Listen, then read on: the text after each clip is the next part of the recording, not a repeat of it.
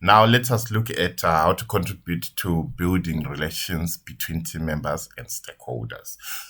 Team members obviously are the people who are part of the team. Stakeholders are the people who are affected by whatever the team does. Stakeholders could be the business owner himself, could be the clients, could be the people in the environment in which this team is working, because all of the people who are affected by whatever the team came up to do become stakeholders. Sometimes you might find yourself in a team, for example, that is building a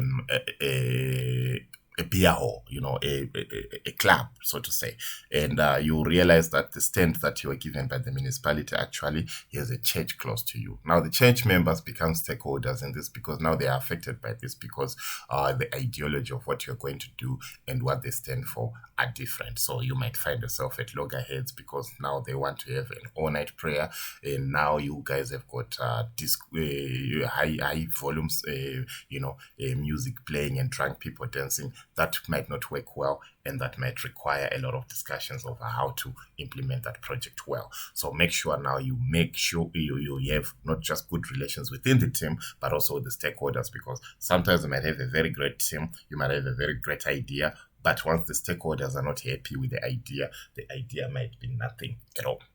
The importance of building relations between, and so the learning outcomes, should have, or what you should be able to understand in this particular lesson is the importance of building relations between team members and stakeholders. So how do we build relations between members and stakeholders? It's all about making sure that we communicate, making sure that we understand the grievances that the stakeholders might have. We might understand expectations also the stakeholders might have. If you're building a school, for example, there's a certain expectation that is there by the people in the community. If you're building a church, again, there are certain expectations and so forth. So all those things should be well communicated and well understood, and all that will make sure that whatever you are building will be understood and respected by everyone who's around it, because once it's not, sometimes that could be spelling the doom for that particular project.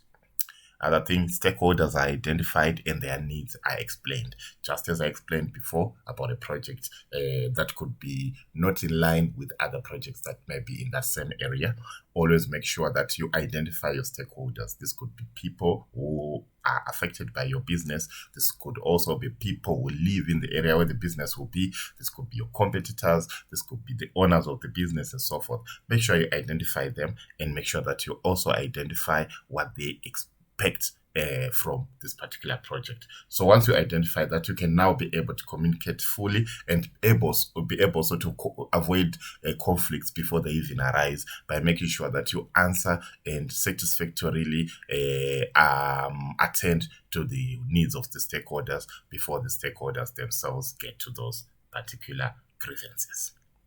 Now, communications with stakeholders encourages open and frank discussions. So let us not always be people who try to be, nice and, understanding and everything like that. And I'm sure you've seen that sometimes being too good is bad. Literally. So we should always make sure that our discussions are frank, meaning we do not carried away by trying to look cool. We don't get carried away by trying to look this or that. We get straight to business and understand what is being expected of this particular business, what is being expected out of this project, and so forth. Because once we do not do so, we are in trouble, because we might be nice and all, but once what is expected of us is not done, we are in deep trouble. Now, commitments to stakeholders are honored and met. So let's say you promise to your stakeholders that maybe with this project we'll be able to do this, or we're digging up in front of your lawn, of your yard and everything like that, but this digging up will be completed not more than a week.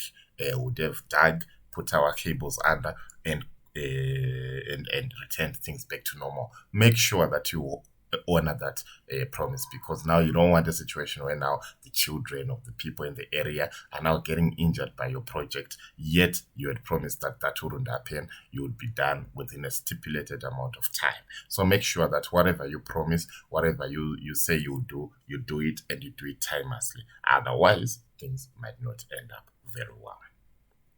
Thank you so much. Let's meet each other on the next lesson.